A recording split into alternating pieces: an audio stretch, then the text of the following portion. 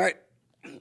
Thought it was good as we've progressed into game week. It was good having the prior week of introduction and really trying to just ramp up the confidence, understanding. Really trying to hone in on our on the details, continuing to focus on situations. That could show up throughout the course of the game. I think guys are handling that. I think, especially some of the young guys, newcomers, just building that, that confidence and communication that's been, it just does take time. And, I think that they're putting a good emphasis towards that, of taking what they're hearing in the meeting room, applying it out there on the field, trying to put them in some challenging situations for what they could see. First game of the year, you're always going to have a big, there's always going to be a lot of volume that you're going to throw at them of potential things that could show up. And, I've been pleased with how the guys have responded through that, throughout the practice time. And, tomorrow, Friday, they're going to be critical as we continue to lead up to game day. But I think our guys are in the right place. Got a great mindset. It's been good. You're getting a couple guys back in practice. I know I mentioned Squirrel. This week, he's able to get some work over the weekend, and he's looked good. Getting back out there on the field. Really feel that his confidence and how he's playing. Seeing guys that that you might have been a little bit limited. Really been able to cut loose. I think that they're moving fast, and I'm excited about the way that they've worked throughout this week up to this point.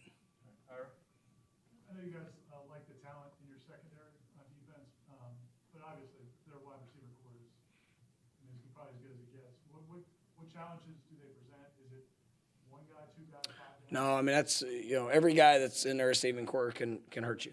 And they're talented players. I think they do a great job in how they move their receivers. So they're not going to just be in one place. Whether they're playing on the outside, moving to the slot. Guys that are aggressive to the ball. When it's in the air. You see contested catches. It's schematically they work to try to find the best one-on-ones that they can, and so every person in our secondary has to be prepared for their moment. And it's trusting technique, leverages, whether it's man, zone, whatever we're playing. You've got to put yourself in the best position. They're going to make some plays. That's going to happen throughout the course of a game. Because it is this is arguably one of the best receiving corps in the country that we're going to be facing. And so but at the end of the day, if they get their hands on the ball, we've got to make sure that we're violent to all things. And in the aggressiveness of how we play, I think our guys are excited for the opportunity that we have. But it definitely is going to be a great challenge. We'll come over here to Brendan. How was Daniel Lyons doing? Like when we talked to you, I think midway through. Daniel, he was working his way back throughout the better part of the summer. And, in all honesty, there was some missed workouts for conditioning. There's some things that he had to kind of get himself back into the flow. I think he's done a great job through fall camp of being able to do that. And, he is, I would say this last week plus, you've seen that consistency show up of, effort, the strength that he's had. He's played meaningful snaps for us, and, he's shown the flashes of what he could do. I think that the consistency is really, you're starting to emerge, and I've been proud of him for that. And you just the way that he's playing, and obviously the longevity of what he's able to do, that was much different than the first couple of weeks of fall camp. Over the last month, how has that starting group of the O-line kind of come together and got a better feeling of playing beside one another? No, I think it's been really good, and from the communication to the competition that they have. And then, just working the different, combinations, and, whether it's twist game, whether it's, you obviously run schemes, understanding IDs. I think, Luke Pettibone's done an outstanding job, just as a center, and that bases so much of the communication off of, what he sees, and, the different looks that we get. And he's remarkable. And, I think that you see guys that, is able to create a confidence of at least knowing that we're putting ourselves in the best position to get started, and then we got to react to whatever shows up. And so you see that those different combinations, you see the different pass offs, you see the way that guys are gelling together, and I think we put ourselves in a position to be able to have 7 to 8 guys that felt a lot of confidence in that we can go win football games with, and I still feel like there's guys that are pushing to continue to develop, and that's what you're looking for, especially in that group, and guys that have played a lot of football. And you look at the top 6 guys that we've had. I mean, they've all been multiple year starters throughout their careers, and it's been fun to see them gel together. Coach, with the 105 scholarship limit now, the rosters, how did you plan for that? Say months out, years out, and then how's it helped? How's it limited? Yeah, there was a lot of talk of it, I guess, this off season, coming out of the season in 24, that there was going to be a reduced roster count, and it hadn't been approved, and some of those things. So I was very transparent with a lot of our players. The guys that had been walk-ons, guys that might have a chance to be a part of the roster, and then the guys that couldn't make any promises of what that would look like, and I really put it in their hands. And because what I didn't want to happen is I didn't want to have a guy that stayed here all spring and then just due to a hard count 105 couldn't be a part of it, and then missed out on maybe an opportunity to go earn a place at a different school or different institution. Now, we had some guys that stayed and competed and actually put themselves in great positions, and with the where they were able to kind of grandfather in a few more. It's allowed us to have just a little bit over just what the 105 is, but I'm excited about where our roster's at, and really the growth and development of certain positions, and some guys that we were able to to kind of get in and have an opportunity to go and showcase their talents and abilities. And some guys have already in a very quick fashion shown themselves to be guys that will be able to help us in the short term, but I think become great players there in the long term too. So I think it's all come together really well, and obviously there will be some continued ebb and flow of how that goes from year to year. For a guy like Jalen Lucas, obviously last year there was a lot of excitement and it ended really quickly. Gets a start, and what kind of impact can he have, especially in Gus's offense, with the ability to kind of move around and be a gadget kind of player? Yeah, I think he really is he's a game changer in a lot of different ways, and he's got great speed, acceleration, deceleration, making guys miss, and then he's so versatile. I mean, he can line up in the backfield. You can move him around. He's got really good ball skills. I think. Obviously offensively, I think that's going to be a critical component, and being able to get the ball to our playmakers, and no doubt that he's one of them. But then also, being able to find the ways in special teams for him to be able to just get touches. And every time he gets the ball in his hands, something electric can happen, and he's put a lot of time and work in that. And so I'm really looking forward to seeing his impact. What aspects of having Gus as a play caller are you looking forward to for yourself, I guess, from a game management perspective? No, it definitely helps. Even just in my game preparation. I mean, just to take another step in how thorough I can be of just situations that arose. Trying to be able to give probably a little bit of different insight when it comes to special teams and defensively, things that I expect.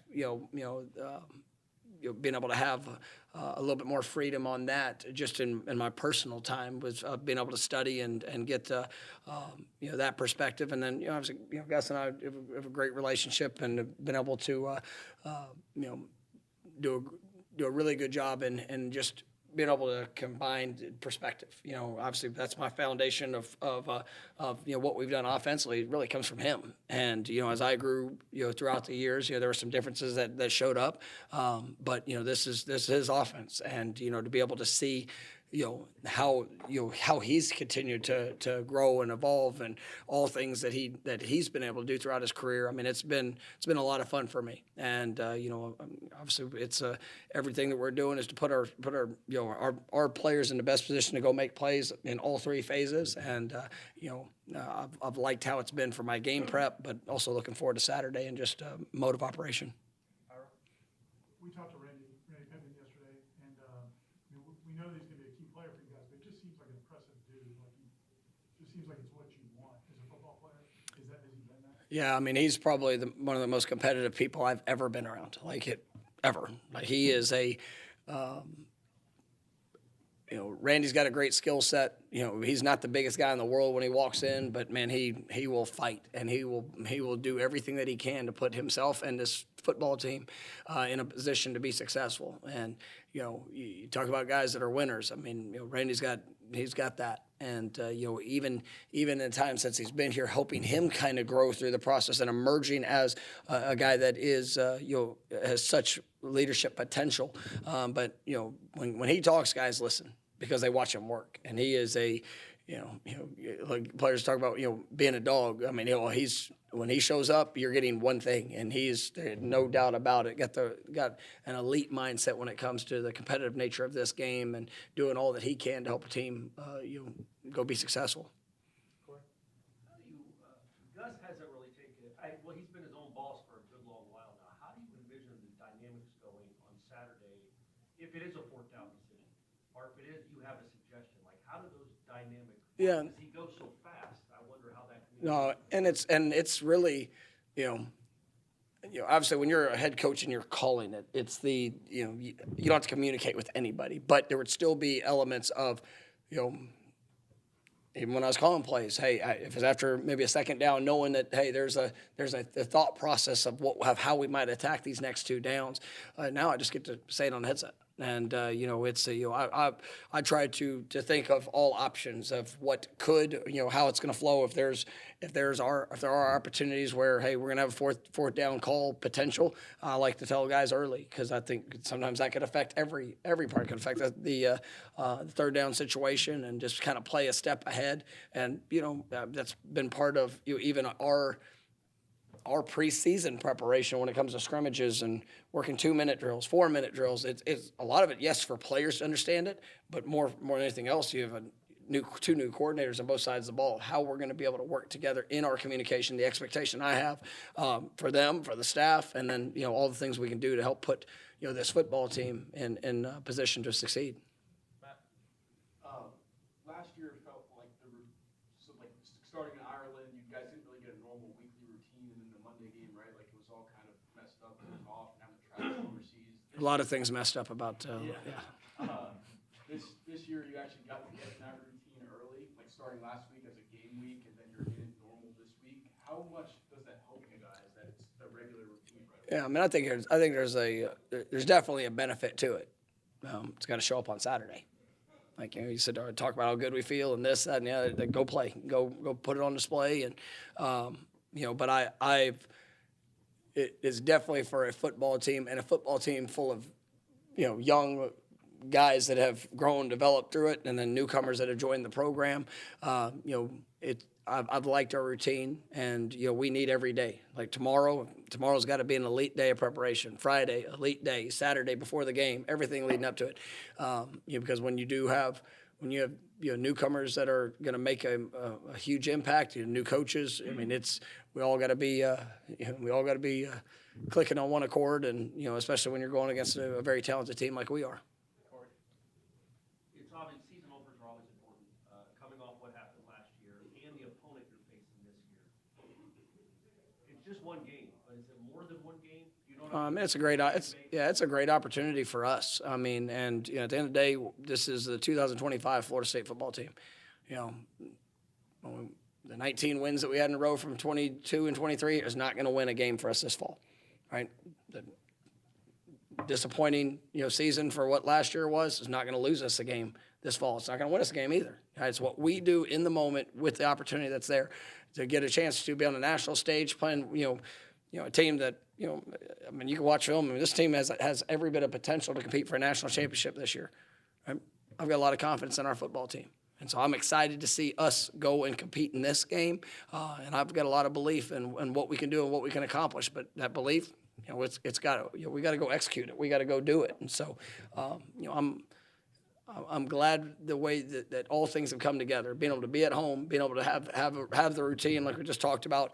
Being able to have this opponent. You're gonna know exactly where you are coming out of it, and then obviously all things do get better, right? And that's what this game, that's what this season is. And so I'm really pleased with the work and preparation from our players, and we're ready to go play somebody. We got time for two more, Ira. Looks like you guys might get some weather Saturday. I know you guys did wet ball drills and different things to prepare for, but how much of it is mindset and just perseverance, or how much of it is preparation? No, I think you got to prepare for it, and yes, you can't get distracted by it. And so, we were fortunate. This actually in fall camp, it was one of the few times since I've been here that we've had a couple of rain practices where we could go outside and there wasn't lightning. And so that was a benefit. When we were in Jacksonville, we had a lightning delay. So we got to work the lightning delay. If that was to happen, we've been able to go through a lot of those different circumstances, but we have had, some wet practices that we've been able to execute, and lock your mind in and go play the game. It's you can get distracted by that stuff, but man, you put the ball down, let's roll. Last one, Brendan. What is it about the way, you mentioned you like the way the team has gone through this offseason, but specifically this week in preparation for this game? What is it about the way they've handled this week that has you excited for what you're going to see? Well, it's the thing I've challenged them with is it's a competition. As today, are you competing, right? Whether it's against the offense versus defense, special teams, or whether it's against scout team, whether it's individual drill, are you competing to be better today?